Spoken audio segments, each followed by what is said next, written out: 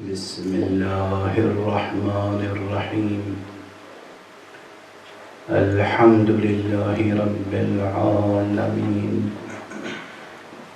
والصلاة والسلام على أشرف الخلائق أجمعين، سيدنا وسيد الأولين والآخرين، إمام المرسلين وخاتم النبيين، حبيبنا وحبيب إله العالمين، رحمة للعالمين، أبي القاسم المصطفى محمد.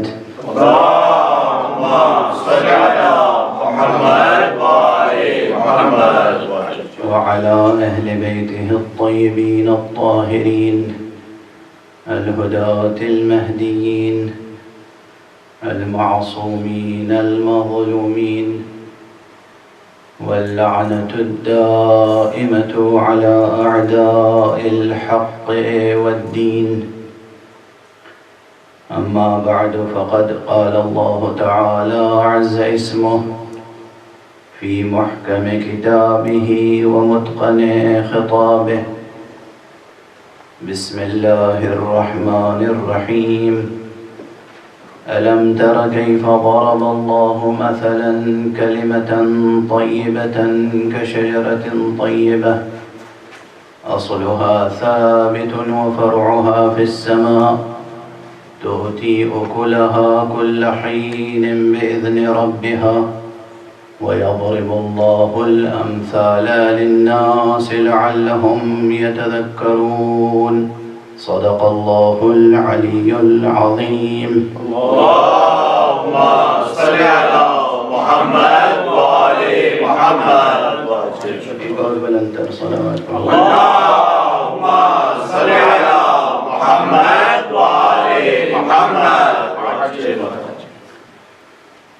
قرآن اور اہل بیت کے عنوان سے گفتگو کا سلسلہ جاری ہے، اور ذیلی عنوان ہے جستجو، راستہ اور راہبر۔ میں نے گزارش کی کہ مقصد گفتگو یہ ہے کہ آپ حضرات میں سے ہر ایک کے ذہن اور ہر ایک کے قلب سے یہ گفتگو مربوط ہو، اور ہر ذہن اور ہر قلب تک وہ روشنی پہنچ جائے جو روشنی قرآن اور اہل بیت سے ہم تک آ رہی ہے۔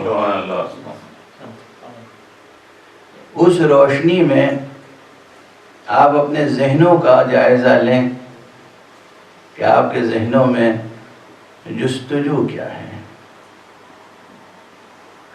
آپ اپنے قلوب کا جائزہ لیں کہ قلب میں آرزو کیا ہے، اور پھر اس جستجو کی تکمیل کے لیے، اس آرزو کو پانے کے لیے ایک راہ طے کرنی ہوگی۔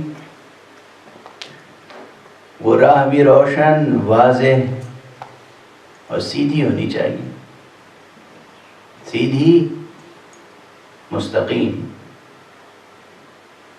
اور واضح اور روشن۔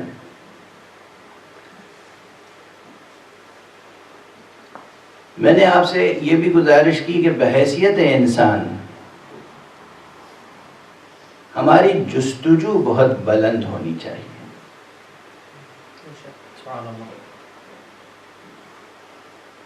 جستجو بہت بلند ہونی چاہیے۔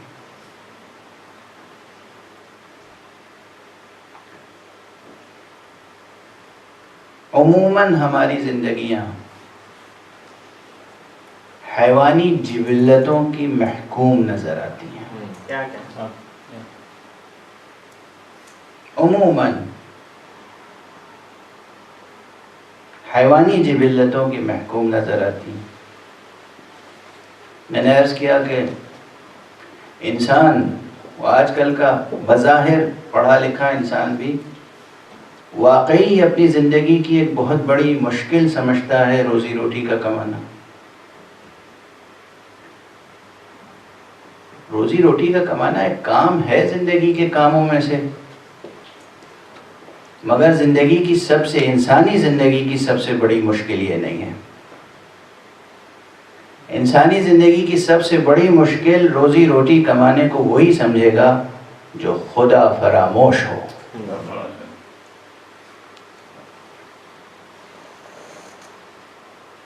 جو اصلاً خدا نہ رکھتا ہو، اور ایسا کوئی ہے نہیں جو خدا نہ رکھتا ہو. خدا تو سب کے لیے ہے نا. خدا تو ہے اور سب کا ہے، اور خدا کی رحمت اور محبت سب کے ساتھ وابستہ ہے، لیکن ادھر سے رشتہ منقطع ہو جاتا ہے. بندے خدا کو بھول جاتے ہیں. تو واقعاً جو لوگ بھولے ہوئے ہیں یا غفلت میں ہیں ان کے لیے بڑی مشکل ہے. لیکن جو اہل اللہ ہیں،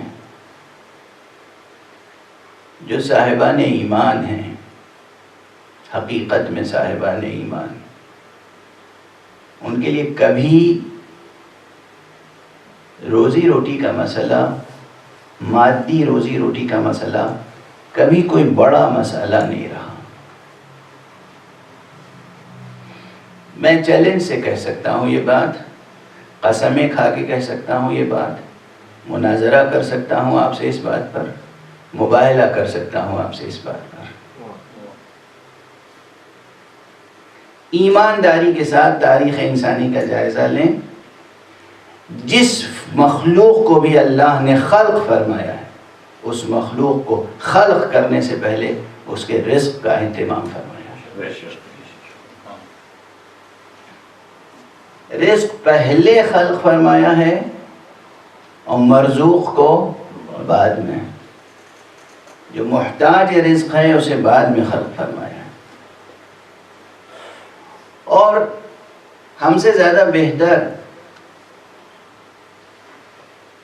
نظر آتے ہیں بہت سے جانور جو اپنی غذا کا کس اہتمام سے ذخیرہ کرتے ہیں، کس اہتمام سے غذا کی جستجو کرتے ہیں، کس اہتمام سے اپنا گھر بناتے ہیں. بعض پرندے ہیں اتنے خوبصورت گھونسلے بناتے ہیں، خوبصورت، واقعاً اس کی جو انجینئرنگ ہے وہ حیرت انگیز ہے، جو ڈیزائن ہے اس کی وہ حیرت انگیز ہے، جو ڈیکوریشن ہے اس کا وہ حیرت انگیز ہے. اور یہ معمولی مخلوق جسے آپ پاؤں سے دل مسل کے کچل کے گزر جاتے ہیں، آپ گزر جاتے ہیں، لیکن کوئی اہل اللہ ہوتا ہے تو ان کی باتیں بھی سمجھتا ہے اور ٹھہر بھی جاتا ہے اور اپنے پورے لشکر کے ساتھ ٹھہر جاتا ہے. جناب سلیمان کا واقعہ کس نے نہیں سنا ہے اور کس نے نہیں پڑھا ہے اگر قرآن پڑھتے ہیں آپ. یہ چونٹیاں یہ جو ہیں پوری وادی نمل، پورا شہر کا شہر ہے ان کا.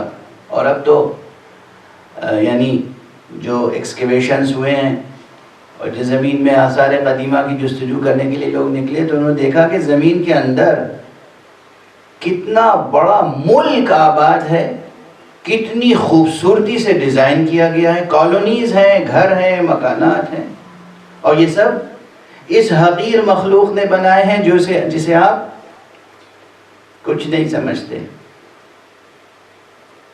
تو روزی روٹی کا مسئلہ ہو یا گھر مکان کا مسئلہ ہو یا آپ کے لیے تھوڑے سے لباس کا مسئلہ ہو، یہ مسئلہ حقیقتاً مسئلہ ہے زندگی کا، مگر اتنا بڑا مسئلہ نہیں ہے کہ پوری انسانی فکر، پوری انسانی صلاحیتیں اس کی نظر کر دی جائیں. آپ کی جستجو اس سے بہت بلند ہونی چاہیے، جستجو کمال کی ہونی چاہیے. بلکہ اس لفظ کمال کو جمع کے صیغے میں استعمال کر لیں تو اور بہتر ہے، یعنی کمالات کی جستجو ہونی چاہیے. ایک صلوات پڑھ لیجیے. اللهم صل على محمد وآل محمد.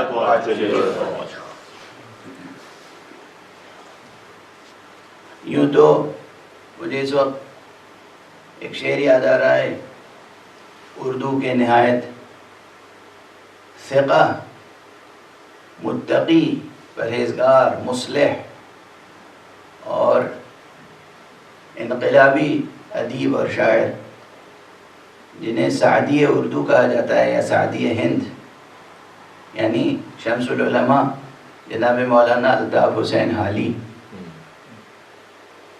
یہ جتنے الفاظ میں نے استعمال کیے ہیں سوچ سمجھ کے استعمال کیے ہیں۔ عموماً لوگ شعراء کو نعوذ باللہ فسق و فجور میں مبتلا سمجھتے ہیں، لیکن یہ عمومیت درست نہیں ہے۔ جو ہیں ویسے وہ ویسے ہیں، جو ہیں ایسے وہ ایسے ہیں۔ مولانا الطاف حسین حالی کا اخلاقی شعور بہت بلند تھا اور انقلابی اخلاقیات کے حامل تھے۔ اب یہ ترکیب کاش ذہنوں میں محفوظ رہ جائے، انقلابی اخلاقیات۔ بعض مکاتب فکر ایسے ہیں مادہ پرست، نفس پرست، نام ان کو بڑے بڑے مل گئے، بڑی شہرتیں مل گئیں، وہ اصلاً اخلاقیات کے قائل نہیں ہیں، اور وہ یہ سمجھتے ہیں کہ اخلاقی قدریں ضعیف و کمزور اور بزدل اور بے ہمت لوگوں میں پائی جاتی ہیں، اور اخلاقیات تو بس اپنی ناکامیوں کو چھپانے کا ایک پردہ ہے۔ ایسا نہیں ہے۔ اخلاقی قدروں میں جو انقلابی قوت ہے وہ اسلحوں میں نہیں پائی جاتی۔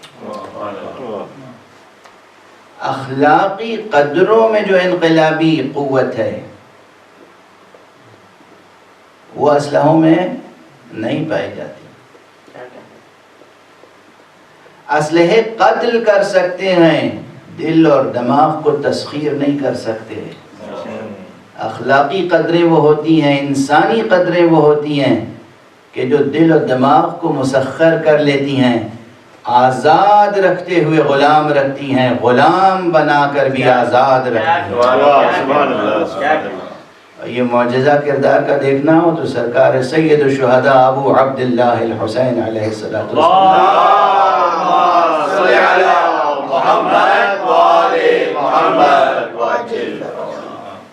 واقعہ کربلا کی تفصیلات میں موجود ہے۔ حر، نام کا حر تھا، دنیا کا غلام تھا، اسلحوں کے آگے سرنگوں تھا، مگر جب سرکار سید الشہداء ابو عبداللہ الحسین علیہ السلام کی خدمت میں پہنچا ہے تو کیا امام حسین علیہ السلام نے اسلحے سے اس کو تسخیر کیا ہے؟ امام کی اخلاقی قدریں تھیں جس نے اس کی شخصیت میں انقلاب برپا کر دیا، اس کے دل کو مسخر کر دیا، اس کے ذہن کو مسخر فرما لیا، اور نورانیت بخشی، ایسی نورانیت کہ وہ دنیا سے آزاد ہو گیا اور خدا کا سچا بندہ بن گیا۔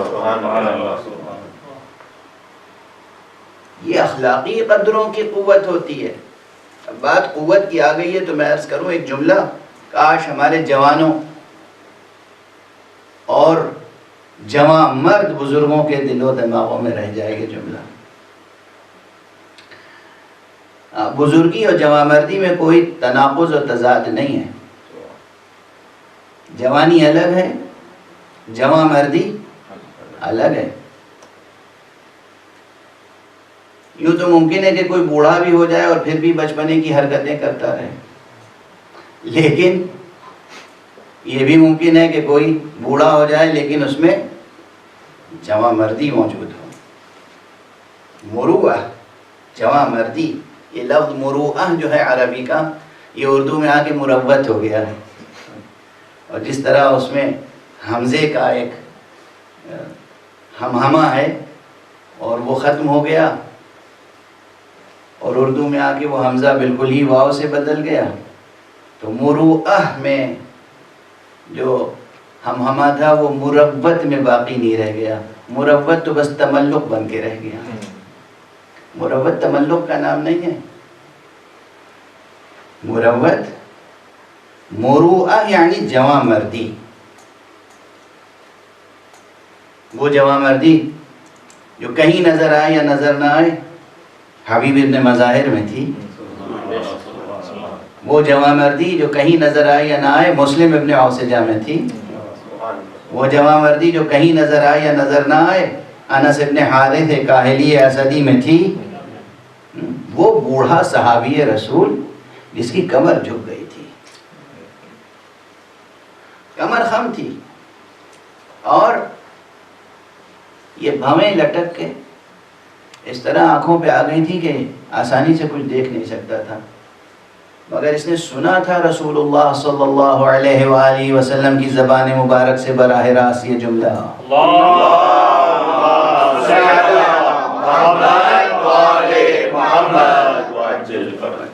کہ دیکھو یہ میرا بیٹا حسین انا ابنی الحسین سیقتل بأرض یقال لها کربلا، میرا یہ بیٹا حسین ان قریب قتل کیا جائے گا ایک سرزمین پر جس کو کربلا کہتے ہیں۔ اس وقت تم میں سے جو ہو موجود اس پر واجب ہے کہ اس کی نصرت کریں۔ یہ براہ راست حضور سے سنا تھا، تو کربلا پہنچ گئے تھے۔ اسے کہتے ہیں مسلمان، اسے کہتے ہیں صحابی۔ جو حضور سے سن لیا ایک بار، بس سن لیا، جو سن لیا اس پر عمل کے لیے تیار۔ میں بھی باب مسائل میں داخل نہیں ہو رہا ہوں، لیکن گفتگو آ گئی مروت اور جوان مردی کی، تو اس لیے ذکر کر کے آگے بڑھ رہا ہوں کہ یہ وہ شخص ہے، بنی ہاشم میں سے نہیں ہے، اسدی ہے، بنی اسد میں سے ہے، معروف صحابی ہیں، یہ کوئی غیر معروف نہیں ہے۔ جتنے کتب رجال ہیں ان سب میں ان کا تذکرہ موجود ہے، اور اس روایت کا تذکرہ موجود ہے۔ جب امام حسین کے سامنے یہ روز عاشورہ آئے اور کہا یا ابن رسول اللہ مجھے اجازت ہے، تو آنے سے پہلے اہتمام یہ کیا کہ اپنے دوستوں سے کہا کہ یہ نیزہ لو اور میری پیٹھ اور کمر سے نیزہ اس طرح کس کے باندھو کہ میں سیدھا کھڑا ہو سکوں۔ چنانچہ پٹکے سے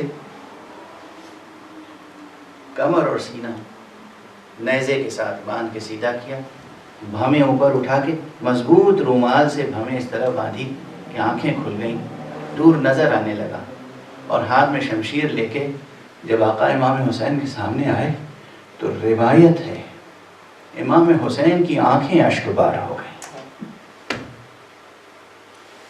امام رو دیے، رو کر دعائیں دیں، انس خدا تمہیں جزائے خیر دے۔ یہ ہے جمع مردی، یہ قوت۔ میں جس لفظ تک لانا چاہ رہا تھا، جو جملہ کہنا چاہ رہا تھا کہ آپ حضرات کے ذہنوں میں کاش یہ محفوظ رہ جائے، چونکہ میرے بعض دوستوں نے، میں پہلی تقریر میں بھی میں نے عرض کیا تھا، بعض دوستوں نے بار بار کہا کہ اس وقت جو دنیا میں یہ کورونا کی فضا ہے اور وبا ہے اور جو سیاسی حالات ہیں، اقتصادی حالات ہیں، ان حالات نے لوگوں کے ذہنوں میں نگیٹیویٹی بہت پیدا کر دی ہے۔ لوگ بہت زیادہ مایوسیوں کا شکار ہیں، ڈپریشن کا شکار ہیں، کمزوری کا احساس ہے، ضعف، ناتوانی، غربت، افلاس۔ اس لیے یہ گفتگو عرض کر رہا ہوں کہ یاد رکھیں جو خدا رکھتا ہو اس کے ذہن میں کبھی کسی قسم کی نگیٹیویٹی نہیں آنی چاہیے۔ جو خدا پر ایمان رکھتا ہو اس کے دل و دماغ میں تاریکی کیا، اندھیرا کیا، کسی قسم کا سایہ بھی نہیں پیدا ہونا چاہیے۔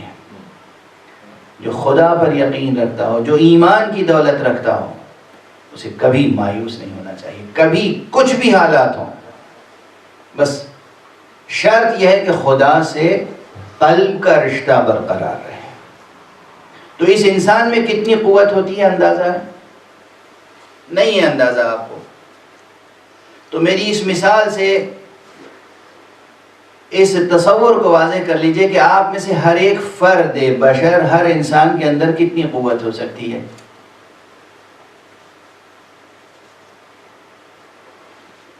مثال پہلے ذرا عجیب سی لگے گی،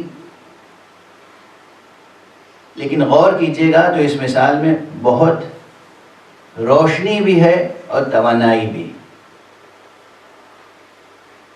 20ویں صدی سے آپ سن رہے ہیں کہ یہ دور ایٹمی طاقت کا دور ہے۔ ایٹم کیا ہوتا ہے؟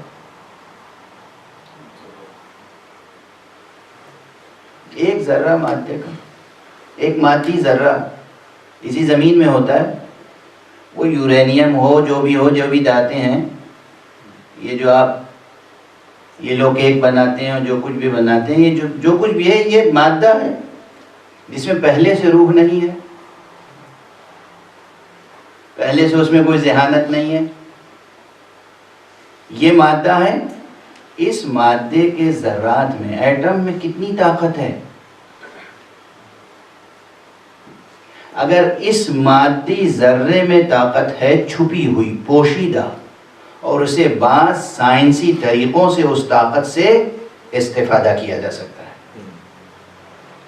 مثبت استفادے کیے جا سکتے ہیں میڈیکل سائنس میں، انسانی زندگی کے لیے مختلف مثبت فائدے اٹھائے جا سکتے ہیں اسی ذرات کی طاقت سے، اور اگر کوئی دشمن مقابل میں ہے تو اس سے مقابلہ بھی کیا جا سکتا ہے اسی ذرات کی طاقت سے۔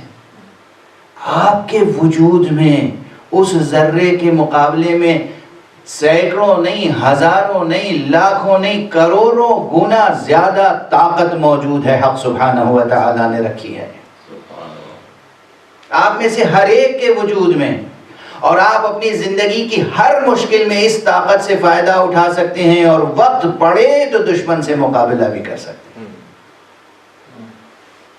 آپ اپنی ذات سے واقف تو ہوں، اور ان علوم، ان فنون، ان قوانین، ان قواعد، ان ضابطوں سے کام تو لیں۔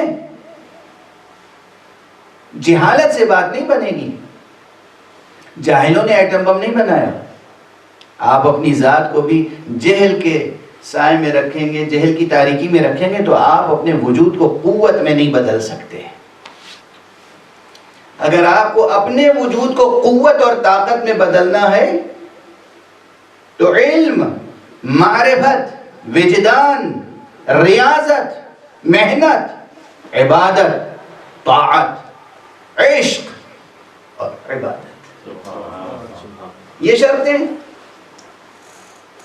اور عشق خدا، نادیدہ خدا کی محبت پیدا مشکل سے ہوگی ذرا،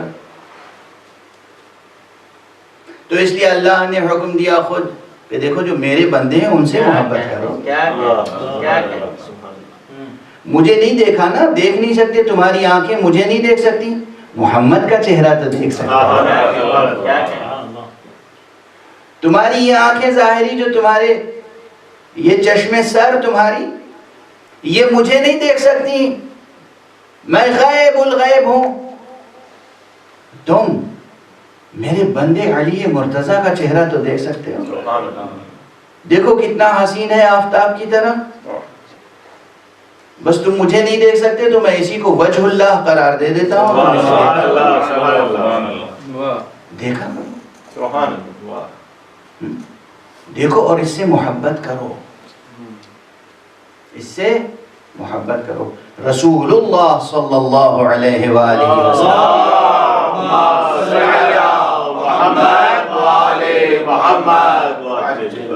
دو چھوٹی چھوٹی حدیثیں اس وقت یاد آ رہی ہیں مجھے۔ ایک حدیث میں جو بہت مشہور ہے، آپ میں سے ہر ایک کو یاد ہوگی تقریباً، ایک تو حدیث یہ ہے کہ النظر الی وجہ علی عبادہ، مشہور ہے، کس نے کہا ہے؟ حضور حق سبحانہ و تعالیٰ کی طرف سے مامور پیغمبر نے، حضور رحمت عالم، نبی خاتم، امام المرسلین صلی اللہ علیہ وآلہ وسلم نے فرمایا،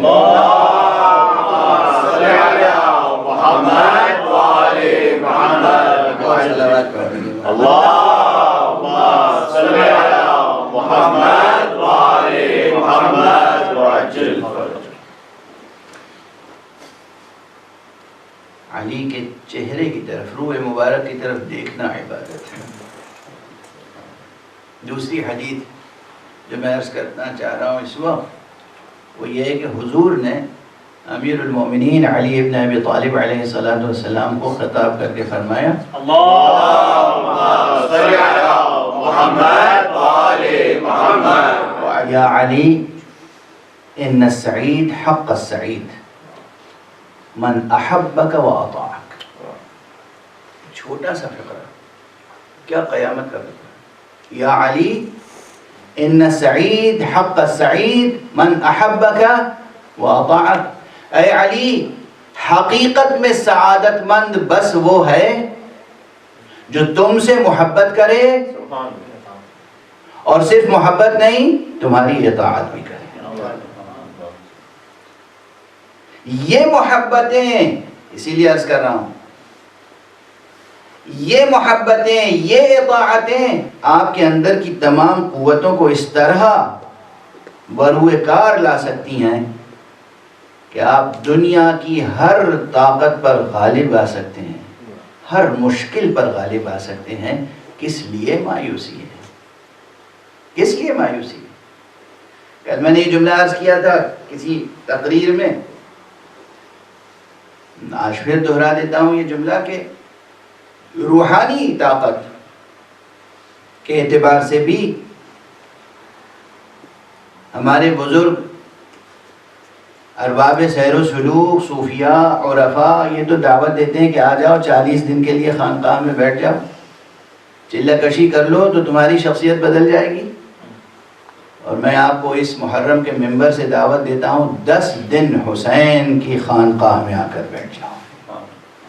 یہ خانقاہ نہیں ہے، خانقاہ تو میں نے یوں ہی کہہ دیا ایک ادبی کلمہ سمجھ کر استعمال کر، اس فرش اعضا پر آ جاؤ، اس پرچم عباس کے نیچے آ جاؤ، 10 دن نظر حسین کر دو، دیکھو خدا تمہیں کس طرح سرفراز کرتا ہے۔ ایک صلوات پڑھ دیں محمد اللہم صلی علی محمد وآل محمد، اخلاص کے ساتھ، اخلاص کے ساتھ، اخلاص شرط، بغیر اخلاص کچھ حاصل نہیں ہوتا۔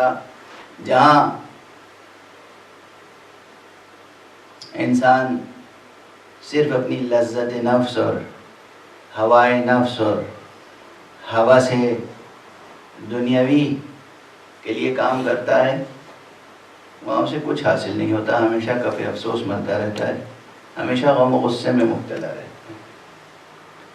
لیکن اگر اخلاص پیدا ہو جائے پھر طبیعت کی کیفیت اور ذہن کی کیفیت اور قلب کی کیفیت کچھ اور ہوتی ہے، پھر انسان میں قوت ہوتی ہے جو کبھی زائل نہیں ہوتی۔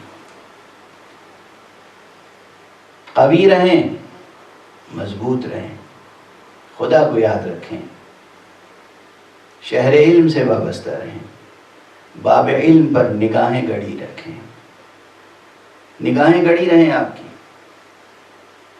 کبھی اس دنیا کی کوئی مشکل آپ کو سرنگوں نہیں کر سکتی۔ وہ جوان مردی نصیب ہوگی جس کی میں نے مثالیں عرض کی۔ حبیب بوڑھے ہیں، مسلم ابن اوسجہ غالباً ان سے بھی کچھ زیادہ چند برس، اور انس ان سے بھی کہیں زیادہ، اور بھی مثالیں ہیں۔ اب میں یہ عرض کر دوں اس وقت کہ کربلا کی تاریخ کو ذرا تفصیل سے پڑھنے کی کوشش کریں، ہر چند کے بار بار کہتا رہا ہوں آپ کے سامنے اور پھر عرض کر رہا ہوں کہ 1400 برس سے زیادہ عرصہ گزر رہا ہے، ابھی حقیقی تصویر واقعہ کربلا کی پوری سامنے نہیں آئی ہے۔ نہ جانے کتنے پردے پڑے گئے اور کتنے پردے ڈالے گئے ہیں۔ اس کے باوجود اجمالاً جو کچھ ہمیں معلوم ہے وہ کچھ کم نہیں ہے۔ اجمالاً بریفلی جو کچھ ہمیں معلوم ہے، خلاصہ جو اس پورے واقعے کا ہمارے سامنے ہے، وہ خلاصہ ہماری ہدایت اور رہنمائی کے لیے بہت کافی ہے، بہت کافی ہے۔ یہ اور بات ہے کہ جب تفصیلی مطالعہ کریں گے تو اس تفصیلی مطالعے میں ظاہر ہے کہ آپ کی معرفت میں اور اضافہ ہوگا۔ جو لوگ اہل علم ہیں، ریسرچ کا ذوق رکھتے ہیں، ایکیڈمک ذوق رکھتے ہیں، وہ ظاہر ہے وہ ان تضادات کو اور روایتوں کے تناقض کو بھی دور کر لیں گے، لیکن اس کو دور کرنے کے لیے میں نے عرض کیا 2 چیزیں اس سے ضروری ہیں۔ ایمان کے ساتھ، ایمان ہو اخلاص کے ساتھ، ایمان کی روشنی ہو، اور عقل سلیم ہو، عقل آلودہ نہ ہو۔ اگر یہ 2 چیزیں آپ کے پاس ہیں، روشنی عقل ہے اور آپ کے پاس روشنی ایمان، تو آپ زندگی کے ہر تناقض کو دور کر سکتے ہیں۔ واقعہ کربلا کا مطالعہ کریں گے، آپ دیکھیں گے کہ پورے عالم انسانی کے لیے اس میں غور و فکر کی چیزیں موجود ہیں، اس لیے کہ ایسے عناصر ہیں واقعہ کربلا میں۔ بنی ہاشم تنہا نہیں ہیں، بنی ہاشم کے ساتھ مختلف قبائل کے افراد ہیں، اور صرف عرب نہیں ہیں، عرب قبائل کے افراد، بلکہ غیر عرب بھی موجود ہیں، حبشی بھی موجود ہیں، فارسی بھی موجود ہیں، اور مذاہب کے اعتبار سے دیکھیے تو مسیحی بھی شریک ہیں، اور یہ بات تو مشہور ہے کم سے کم بر صغیر میں کہ ہندوستان کی نمائندگی کرنے والے ہندو بھی وہاں پہنچے تھے۔ اب یہ اختلافات ہیں ان کی اپنی روایتوں میں، ہندو حضرات خود واقف ہیں، اور میں بہت سے حضرات سے واقف ہوں، مجھ سے مراسم تھے ان کے، بہت اردو کے مشہور ادیب اور ادبی صحافی، انتقال ہو گیا ان کا ابھی چند ماہ قبل، نند کشور وکرم حسینی برہمن تھے۔ وہ کہتے تھے میں خود حسینی برہمن ہوں، انہوں نے لکھا بھی ہے، خیر ان کی تو میرا خیال ہے 70-80 کتابیں شائع ہو چکی ہیں۔ جب میں دہلی میں تھا تو تقریباً ہر ہفتے وہ خود تشریف لاتے تھے، زحمت فرماتے تھے، اور اپنے کتب خانے سے بہت سی کتابیں انہوں نے میرے کتب خانے میں ہدیہ فرما دی تھی۔ اور اس کے علاوہ بہت سے افراد ہیں جو حسینی برہمن ہیں، اور ان کی اپنی روایتیں ہیں کہ کس طریقے سے حسینی برہمن جڑے ہوئے ہیں تاریخ کربلا سے، رزم گاہ کربلا سے۔ تاریخی تحقیق کا باب اپنی جگہ کھلا ہوا ہے، لیکن میں عرض کر رہا ہوں کہ اگر اسے تفصیل کے ساتھ پیش کیا جائے، اس میں مسیحی ہیں، اس میں مسلم ہیں، یعنی مسلم اور غیر مسلم، گورے اور کالے، کسی قسم کا امتیاز نہیں ہے، ہر ایک کے لیے واقعہ کربلا میں ایک باب موجود ہے۔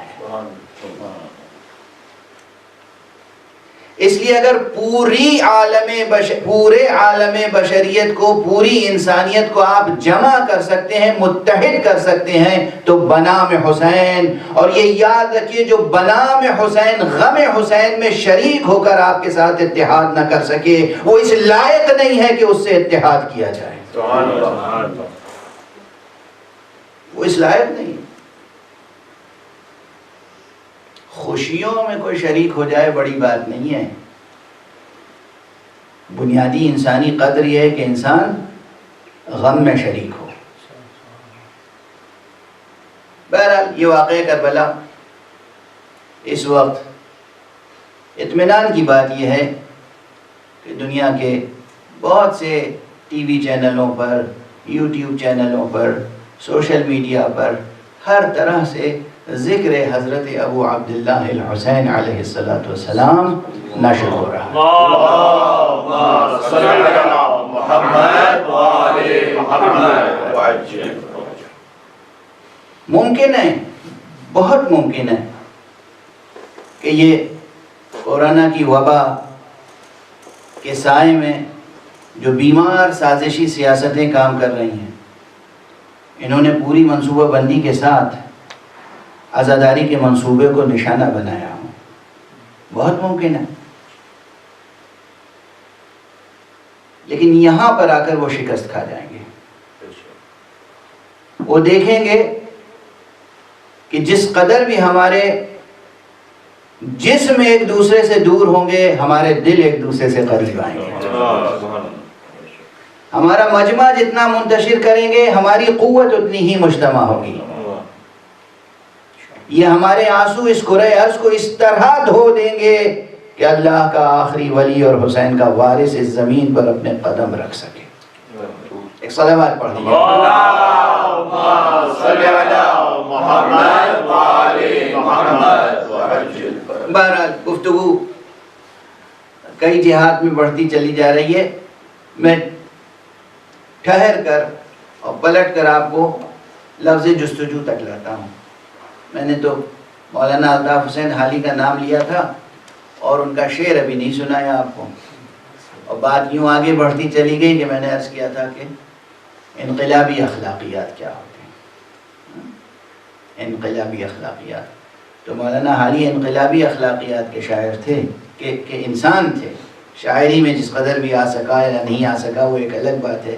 ان کی شاعری کتنی مضبوط ہے، کتنی قوی ہے، استادانہ ہے یا اس میں اور پہلو ہے، وہ سب ادبی تنقید کا حصہ ہے. جو آپ کو یاد رکھنا چاہیے، ہر جوان کو، ہر بچے کو یاد کرا دیجیے یہ شعر، ہے جستجو کہ خوب سے ہے خوب تر کہاں. ہے جستجو کہ خوب سے ہے خوب تر کہاں، اب دیکھیے ٹھہرتی ہے جا کر نظر کہاں. ہمیشہ خوب سے خوب تر کی جستجو رکھیں گے تو آپ انسانی ذہن رکھتے ہیں چونکہ اس لیے یقیناً مادی سطح سے ذہن اور نگاہ آپ کی بلند ہوتی جائے گی، ذہن بلند ہوتا جائے گا اور آپ اس منزل تجرد تک پہنچ جائیں گے جہاں سے آپ اپنی واقعی انسانی عظمت کو درک اور دریافت کر سکیں گے. لفظیں ذرا مشکل ہو گئیں. کہنے کا مقصد یہ ہے کہ اس دنیا سے، اس خاکنائے دہر سے جب تک بلند نہیں ہوگا ذہن، اس لیے کہ جسے میں کمالات کہہ رہا ہوں، جستجو کس چیز کی ہونی چاہیے؟ کمالات. یہ کمالات جو انسانی کمالات ہیں، یہ سب کے سب ایبسٹریکٹ ریئلٹیز ہیں. یہ مجرد حقائق ہیں. اب ظاہر ہے کہ ہر انسان کو، آپ گاؤں کے، شہر کے ہر انسان کو مجرد حقائق سے براہ راست فوراً متعارف نہیں کرا سکتے. مشکل مرحلہ ہے، مشکل مرحلہ ہے. لیکن ایک مثال دے دوں، مجرد حقیقت کسے کہتے ہیں؟ یہ آپ کے کمال کی بات ہے. اب یہ موضوع ایک ہوتا ہے لیکن مضمون اس کے گرد لاکھوں ہوتے ہیں. لفظ ایک ہوتا ہے لیکن اس سے نکلنے والے مطالب بہت ہوتے ہیں. تو یہ مثالیں مختلف کانٹیکسٹ میں پچھلے 40 برس سے دیتا آ رہا ہوں. تو یہ نہ سمجھیے گا کہ تکرار مطلب ہے. موضوع جدید ہے اور مطالب اور نکات جدید ہیں، عنوان قدیم ہے. ایبسٹریکٹ ریئلٹی کسے کہتے ہیں؟ کہاں تک آپ کو اپنے ذہن کو لے جانا ہے، یعنی کس کمال کی جستجو کرنی ہے. سب سے پہلی چیز جس کے بغیر چارہ نہیں ہے کہ انسان اپنی انسانی عظمت کو ڈسکور کر سکے اور انسانی عظمت کو پا لینے کے بعد اپنی اسلامی عظمت اور ایمانی عظمت تک پہنچ سکے، وہ ہے علم. علم اور علم اور علم اور علم. Knowledge knowledge knowledge knowledge.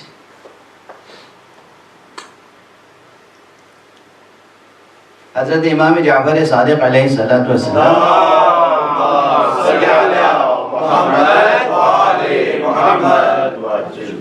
اور حضرت امام زین العابدین علیہ السلام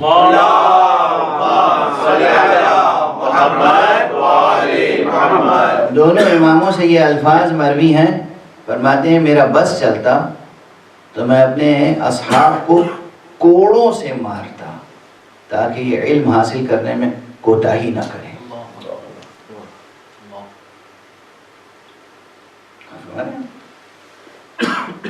یہ تعبیر ہے، علم حاصل کرنے میں کوتاہی نہ کریں.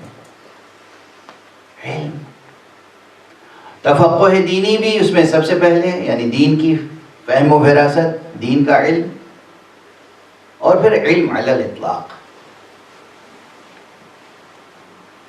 بغیر علم حاصل کیے ہوئے دنیا میں نہ آپ سربلند ہو سکتے نہ آخرت میں. کیوں؟ پھر ایک چھوٹی سی حدیث سن لیجئے. رسول اللہ صلی اللہ علیہ وآلہ وسلم نے فرمایا اللہم صلی علی محمد وآل محمد. لِكُلِّ شَيْءٍ طَرِيقٌ وَطَرِيقُ الْجَنَّةِ الْعِلْمِ. ہر شے کا ایک راستہ ہوتا ہے اور جنت کا راستہ علم ہے. تو اگر آخرت میں جنت کی طلب ہے تو علم، دنیا میں دنیا کی راحت کی طلب ہے تب بھی علم. برسبیل تذکرہ یہ بھی جملہ کہتا چلوں کہ عام طور پر بعض حضرات یہ کہتے ہیں، بلکہ زیادہ لوگ یہ کہتے ہیں کہ صاحب وہ جو جاہل ہیں وہ تو زیادہ ہمیں خوشحال نظر آتے ہیں دنیا میں. علماء، اسکالرز، پڑھے لکھوں کی مصیبتیں ہوتی ہیں، ساری مصیبت تو پڑھے لکھوں کی ہوتی ہیں، جاہل کو تو بے فکر ہوتا ہے، وہ عیش و نشاط کی زندگی بسر کر رہا ہوتا ہے. آپ کو معلوم نہیں وہ عیش و نشاط، اس کی سطح کیا ہے، اس کی ارزش کیا ہے، اس کی قیمت کیا ہے، اور وہ راحت و سرور جو ایک عالم کے حصے میں آتی ہے، وہ سرور جو ایک عالم کو حاصل ہوتا ہے علمی انکشافات کے نتیجے میں، وہ راحت جو ایک عالم کو حاصل ہوتی ہے علم کے حصول کے بعد، کوئی موازنہ نہیں کر سکتا، ناقابل قیاس ہے. چه نسبت خاک را با عالم پاک، چه نسبت خاک را با حضرت پاک. کیا نسبت ہے خاک کی اس زمین کی آسمان سے، کیا نسبت ہے؟ علم. بغیر حصول علم کے ہمارے یہاں میں نے دیکھا ہے کس قدر غفلتیں ہیں معاشرے میں، کس قدر غفلتیں ہیں معاشرے میں.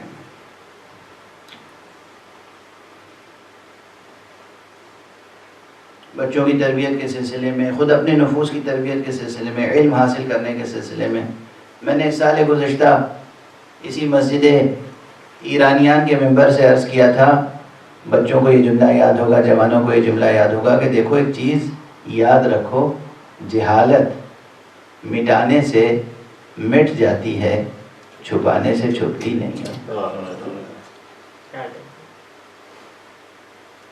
جہالت مٹانے کی کوشش کرو علم حاصل کر کے،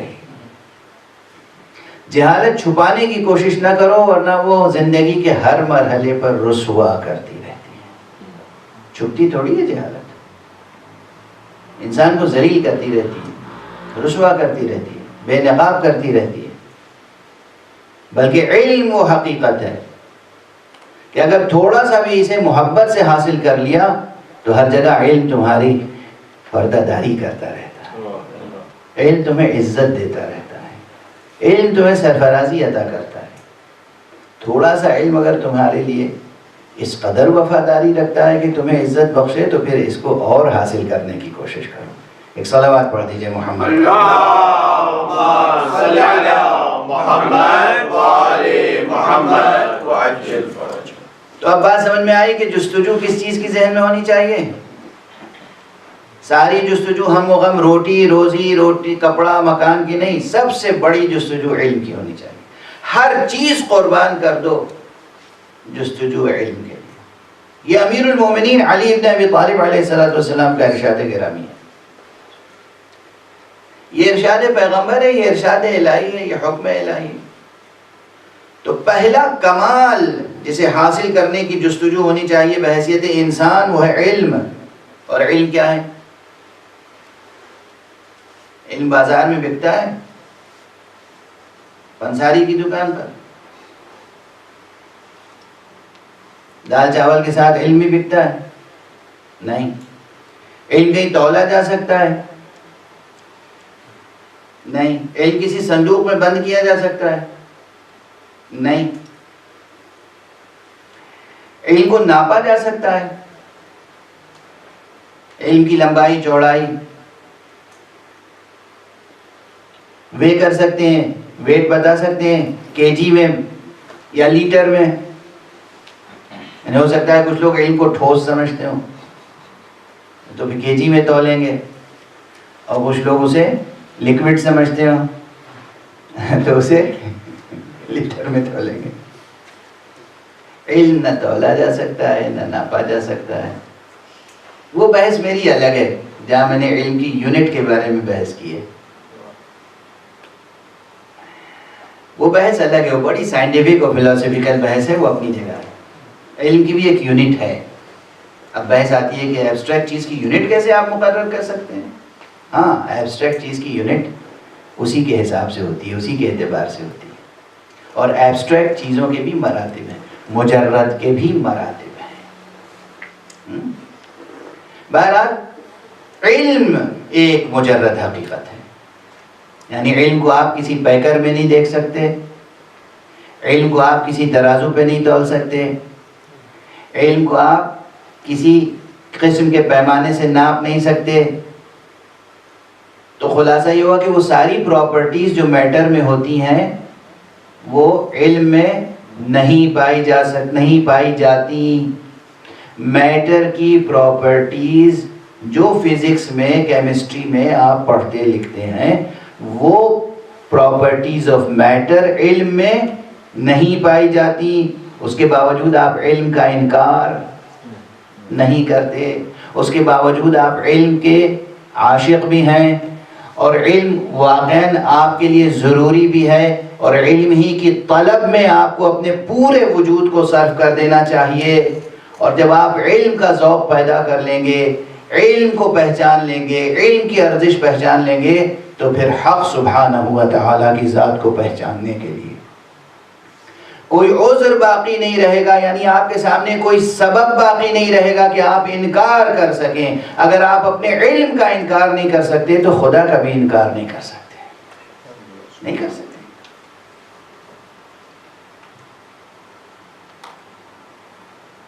تو جستجو کس چیز کی ہو؟ علم کی. یہ ایک چیز ہے. اب علم سے جو شجرہ کمالات کا چلے گا اس میں فہرست بہت طویل ہے، بہت طویل فہرست ہے. یہ ہے کمالات کی ابتدا. تو جستجو ذہنوں میں ہو علم کی، آرزو دل میں ہو علم کی.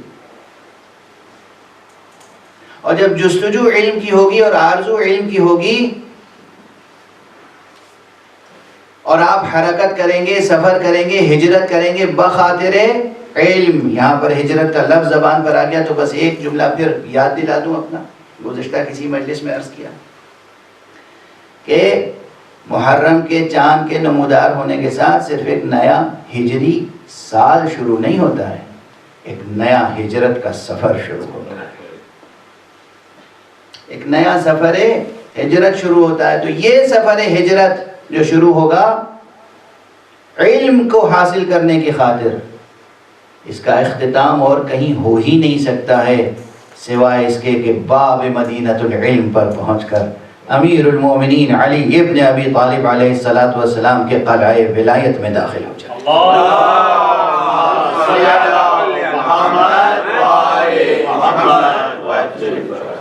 علم کی جستجو کا سفر علی تک پہنچائے گا. علی تک پہنچنے کے بعد محمد کا دامن ہاتھ میں آئے گا. محمد کا دامن ہاتھ میں آ گیا تو خدا تک رسائی ہوگی. خدا تک جس کی رسائی ہو گئی اس سے بڑا دنیا میں کون ہو سکتا ہے؟ ایک صلوات پڑھ دیجئے محمد. اللہم صلی علی محمد وآل محمد.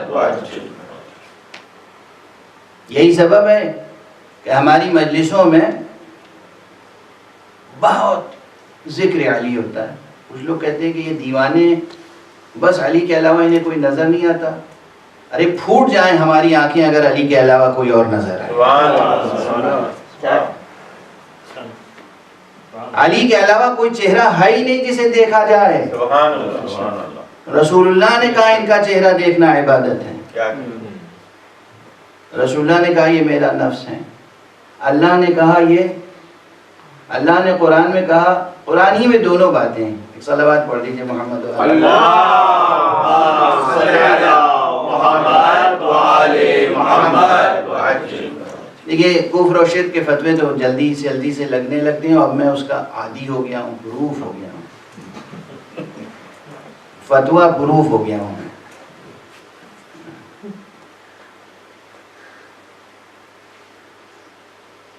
تو جن کا جی چاہے دیتے رہیں فتویٰ. ترکیبیں نفس رسول یہ تو کسی حد تک برداشت کر لیتے ہیں. کچھ لوگ کہتے ہیں نفس اللہ. بھئی اللہ کے لیے نفس کا کیسے اس بات ممکن ہے؟ کیسے ممکن ہے کہ نفس اللہ کہہ سکیں. میں کہتا ہوں دونوں چیزیں قرآنی سے ملی ہیں، کہیں اور سے. سبحان اللہ. خدا غیب الغیب ہے، مجرد ہے، اس میں کوئی شک نہیں. وہ احد ہے، واحد ہے، فرد ہے، صمد ہے، اس میں کوئی شک نہیں. لا الہ الا اللہ سب سے بڑی حقیقت ہے.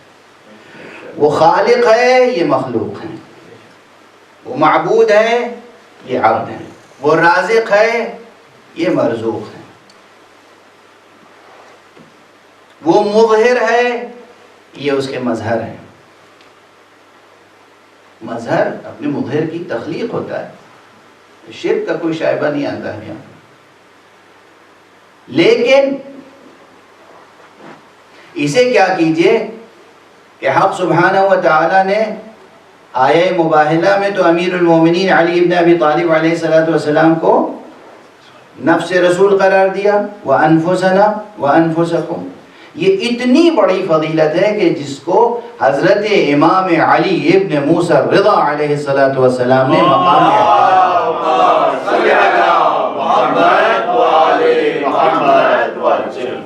امام رضا علیہ السلام نے مقام احتجاج میں پیش کیا ہے. مامون کے بھرے دربار میں اہل بیت کے مخالفین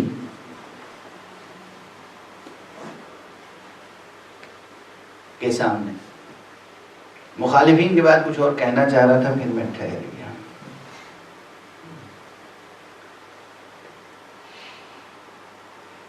تو نفس رسول تو ہیں امیر المومنین. اب نفس اللہ کی سند کیا ہے؟ وہی جو کل کسی مجلس میں میں نے عرض کیا تھا کہ حق سبحانہ و تعالی مجرد ہے، اس میں کوئی شک نہیں. لیکن جب کسی چیز کو وہ خرید لے کسی سے تو اس کا مالک ہوگا یا نہیں ہوگا؟ ویسے بھی مالک ہے، ایسے بھی مالک ہے. ویسے بھی ہر شے اس کی ہے. وہ خالق ہونے کی حیثیت سے مالک ہے علی الاطلاق. ہمارے آپ کے جسم و جان کا مالک ہے. آپ اپنے جسم کے خود مالک ہیں کیا؟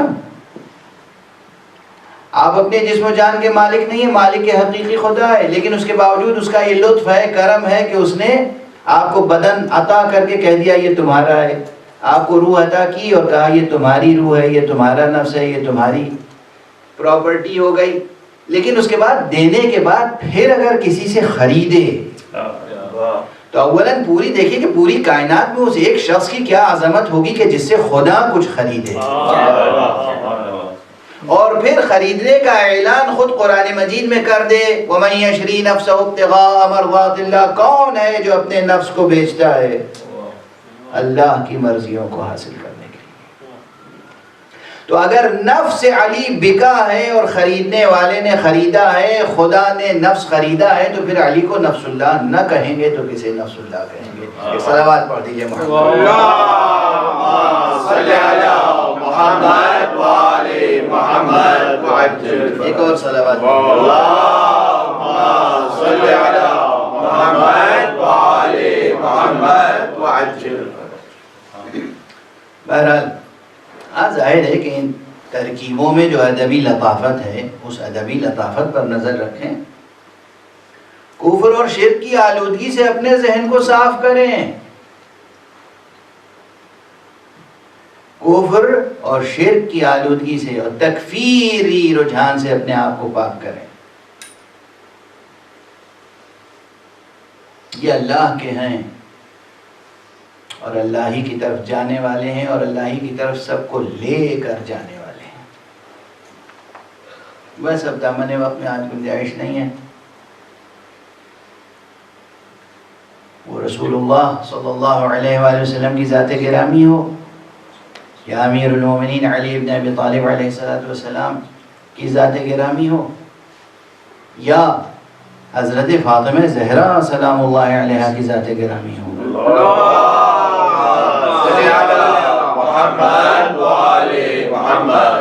یا سبطین رحمت ہوں حضرات حسنین علیہم السلام اور خصوصیت سے خامس آل عبا حضرت ابو عبداللہ الحسین جو ان کے پرچم کے تلے آ جائے، جو ان کے علم کے سائے میں آ جائے، یقیناً وہ اپنی جستجو کو کمال کے درجے تک پہنچا سکتا ہے اور کمالات انسانی حاصل کر سکتا ہے۔ آج جی چاہ رہا ہے کہ میں ایک ایسے شہید کا تذکرہ کروں جو بنی ہاشم میں سے نہیں ہے، اور اس واقعے میں کئی عبرتیں ہیں۔ جب آقا حسین کا قافلہ کربلا کی طرف آ رہا تھا تو راستے میں کچھ لوگ آ کے ملحق ہوئے ہیں حضور کے ساتھ، حضرت کے ساتھ شامل ہوئے ہیں اس کاروان ہدایت و کاروان شہادت میں۔ ان میں سے ایک چھوٹا سا کارواں ایسا ہے جس میں صرف 3 افراد ہیں، ایک ماں ہے، ایک جوان بیٹا ہے جس کی اس نے شادی کی ہے، اس کے ساتھ نئی نویلی بہو ہے، دلہن ہے۔ راستے میں ٹھہرا ہوا ہے یہ چھوٹا سا قافلہ، خیمے میں بیٹھے ہوئے، بہو بیاہ کے لے کر آئی ہے وہ خاتون، بیٹا بیٹھا ہے، بہو بیٹھی ہے، خود بیٹھی ہے۔ ایک دم سے خیمے کے اندر باہر سے گھوڑوں کی ٹاپوں کی آوازیں آئیں۔ اب یہ بوڑھی ہے، سن رسیدہ ہے، اسی علاقے کی رہنے والی ہے۔ اس نے کہا یہ کون سا موسم ہے بھائی، اس موسم میں تو ادھر سے کوئی قافلہ گزرتا نہیں، یہ کس کا قافلہ ہے، کون لوگ ہو سکتے ہیں؟ بیٹا باخبر ہے، بیٹے کو اطلاع ہے۔ بیٹے نے سر جھکا کے کہا مادر گرامی، یہ رسول اللہ کے نواسے امام حسین کا قافلہ ہے۔ وہ بی بی سن کر تڑپ گئی، بیٹا حسین، ابو عبداللہ، فاطمہ کا بیٹا حسین اس موسم میں یہاں کس لیے، اس طرف کا رخ کس لیے کیا ہے؟ بیٹے نے جواب دیا مادر گرامی، باغی شام نے رسول کے بیٹے سے بیعت طلب کر لی تھی، اور یہ ممکن نہیں تھا کہ حسین یزید جیسے فاسق و فاجر کی بیعت کرے، اس لیے انہوں نے مدینہ ترک کیا ہے، انہیں مدینہ چھوڑنے پر مجبور ہونا پڑا۔ مکے گئے، مکے میں بھی ان کے لیے خطرات پیدا کر لیے گئے، اب وہ کوفے کی طرف آ رہے ہیں۔ بس مختصر سا بیان اس مومنہ کی ذہانت کے لیے کافی تھا، سمجھ گئی، اور اس کے بعد بہو کو دیکھا، بیٹے کو دیکھا اور کہا بیٹا فاطمہ کا گھر اجڑ جائے اور میرا گھر بسا رہے، یہ نہیں ہو سکتا۔ توجہ رکھیے گا کیا جذبات ہیں، خواتین سن رہی ہیں، اور میں سلام کرتا ہوں اور دل سے دعائیں دیتا ہوں اپنی ماؤں، بہنوں، پھوپھیوں کو، ان بزرگ خواتین کو، کہ جو عزادار نسلیں پیدا کرتی ہیں، جو تربیت کرتی ہیں عزاداروں کی، اور جو گھروں کو امام بارگاہوں میں تبدیل کر دیتی ہیں، گھروں کو امام بارگاہوں میں تبدیل کر دیتی ہیں۔ کاش یہ تہذیبی سلسلہ برقرار رہے۔ کہا بی بی زہرا کا گھر اجڑ رہا ہے اور میں اپنا گھر بساؤں، اب یہ نہیں ہو سکتا، اب میں گھر نہیں جاؤں گی بیٹا، اب اسی قافلے میں شامل ہو جاؤ، بس جہاں حسین جائیں گے وہاں ہم جائیں گے۔ بیٹا بھی مومنہ کا بیٹا، مومن بیٹا ہے، اطاعت شعار، سر جھکایا اور اس کے بعد خیمہ سمیٹا اور سرکار سید الشہداء کی خدمت میں پہنچا، السلام علیکہ یا ابا عبداللہ۔ یہ ہجرت حسین کی طرف، اس نے اس وقت ہجرت کی تھی، ہم میں سے ہر ایک کو ہجرت کرنا ہے۔ اگر ہم نے ہجرت نہیں کی تو ہم اپنی زندگی کے کمالات تک نہیں پہنچ سکیں گے۔ یاد رکھیے گا، ہلال محرم ایک نئے سفر ہجرت پر ہمیں آمادہ کرتا ہے۔ ہجرت کس کی طرف؟ حق کی طرف۔ ہجرت کس کی طرف؟ علم کی طرف۔ ہجرت کس کی طرف؟ نور کی طرف۔ ہجرت کس کی طرف؟ ہدایت کی طرف۔ ہجرت کس کی طرف؟ حسین کی طرف. حق، علم، نور، یہ سب مجتمع ہے ذات گرامی سید الشہداء ابو عبداللہ الحسین. حسین کی طرف ہجرت. خیمہ سمیٹا، آقا کی خدمت میں پہنچا. السلام علیکہ یا ابا عبداللہ، ابو عبداللہ آپ پر سلام ہو. اپنا تعارف کرایا اور کہا قبول ہے کہ میں بھی رکاب میں رہوں؟ اجازت ہے؟ آپ نے شفقت سے اجازت دی. اب یہ ساتھ ساتھ چلا اور کربلا تک آیا ہے. بس 2-3 فقرے عرض کرنا چاہ رہا ہوں. کربلا پہنچا، دوسری محرم کو قافلہ کربلا پہنچا. بعض حضرات کہتے ہیں اس جوان کے اور کمالات کا بیان کرتی ہیں، اب دامن وقت میں گنجائش نہیں ہے، اس لیے میں صرف ایک منظر کی طرف توجہ دلانا چاہتا ہوں. روز عاشوراء جب سلسلہ شروع ہوا ہے قربانیوں کا اصحاب امام کی طرف سے، تو یہ بھی آیا. اس کی ماں خیمے میں بار بار کہتی تھی اس سے، دیکھو ایک کے بعد ایک صحابی آقا کے جا رہے ہیں، شہید ہو رہے ہیں، تم نہیں قربانی دو گے؟ ماں بیٹے سے کہہ رہی تم نہیں قربانی دو گے؟ بیٹا آمادہ ہوا. جیسے ہی آمادہ ہوا خیمے سے نکلنے لگا تو اس کی بیوی نے دامن تھام لیا. فوراً ماں نے کہا دیکھو بیوی کو رخصت کر دو، بیوی کی ہر بات مان لینا، لیکن اگر حسین پر جان دینے سے روکے تو یہ بات کبھی نہ ماننا، یہ بات کبھی نہ ماننا. اطاعت شعار بیٹا. ایک مرتبہ اس نے بیوی کی طرف نظر کی، کہا کیا چاہتی ہو؟ کہا کچھ نہیں، میں آپ کو امام پر جان نثار کرنے سے نہیں روکنا چاہتی. سنیں میری بہنیں، سنیں میری بیٹیاں، سنیں میری مائیں، سنیں خواتین، سنیں کس طرح نفسوں کی تربیت کی جاتی ہے، کس طرح ہجرتیں کی جاتی ہیں حق کی طرف، کس طرح کمالات حاصل کیے جاتے ہیں. یہ ہے سفر کمال، یہ ہے سفر کمال. وہ بیوی نئی نویلی دلہن اپنے شوہر سے کیا کہتی ہے؟ میں تمہیں شہادت سے نہیں روکتی ہوں، میں تمہیں آقا حسین پر جان دینے سے نہیں روکتی ہوں، بس میں یہ چاہتی ہوں مجھے ساتھ لے کے چلو اور آقا حسین کے سامنے مجھ سے 2 وعدے کر لو. ان دونوں کی ضمانت مجھے حسین سے چاہیے، تم تو جان دے دو گے. کہا کیا کہنا چاہتی ہو؟ کیا کہنا؟ کہا مجھے آقا تک لے چلو. وہ جوان اپنی دلہن کو لے کر، اپنی زوجہ کو لے کر آقا تک آیا. آقا میں اب آپ پر جان دینا چاہتا ہوں، مجھے اجازت دیجیے. یہ میری بیوی 2 آرزویں رکھتی ہے، اسے سماعت فرما لیجیے. آقا نے اس کی طرف توجہ کی. کہا تو کیا چاہتی ہے؟ کہا ایک وعدہ میں اس سے چاہتی ہوں کہ جب یہ جنت میں جائے تو مجھے لیے بغیر جنت میں داخل نہ ہو. اس کی ضمانت آپ ہی دے سکتے ہیں، کوئی اور نہیں دے سکتا. اور دوسری آرزو یہ ہے، دوسری خواہش یہ ہے کہ یہ تو جا کر ابھی شہید ہو جائیں گے. ہمارے کنبے میں بس 3 افراد ہیں، اب ایک بوڑھی ماں ہے، ایک میں ہوں، ہم کہاں جائیں گے؟ ہمیں اپنے خیام میں شامل کر لیجئے، جہاں آپ کی بہنیں ہیں، جہاں آپ کا ہمیں اس میں شامل کر لیجئے. امام کی آنکھوں سے آنسو روا ہے. امام نے اس جوان کو اجازت دی، ان سے کہا آ جاؤ ہمارے حرم میں شامل ہو جاؤ، مگر تمہیں معلوم نہیں ہماری شہادت کے بعد یہ بھی اسیر محن ہوں گے. سروں سے چادریں چیدی جائیں گی، بازوؤں میں رسد باندھی جائے گی.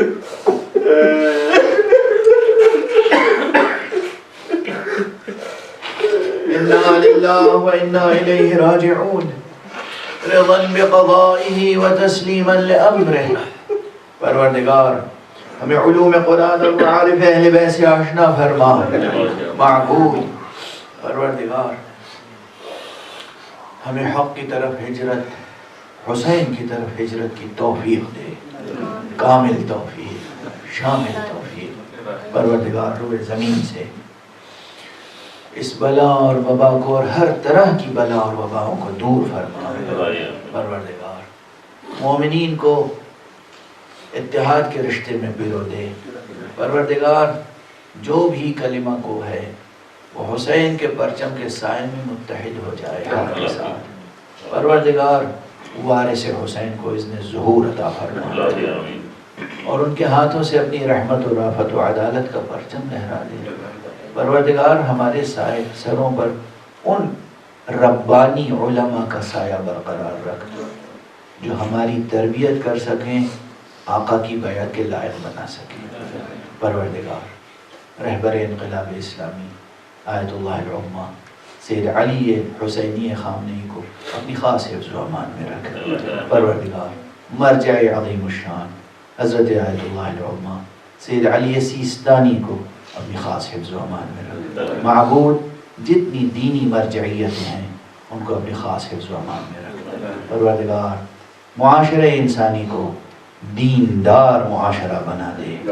پروردگار ہماری قربانیوں کو قبول فرما، ہمیں اس لائق بنا دے کہ تیرے ولی آخر کے قدموں میں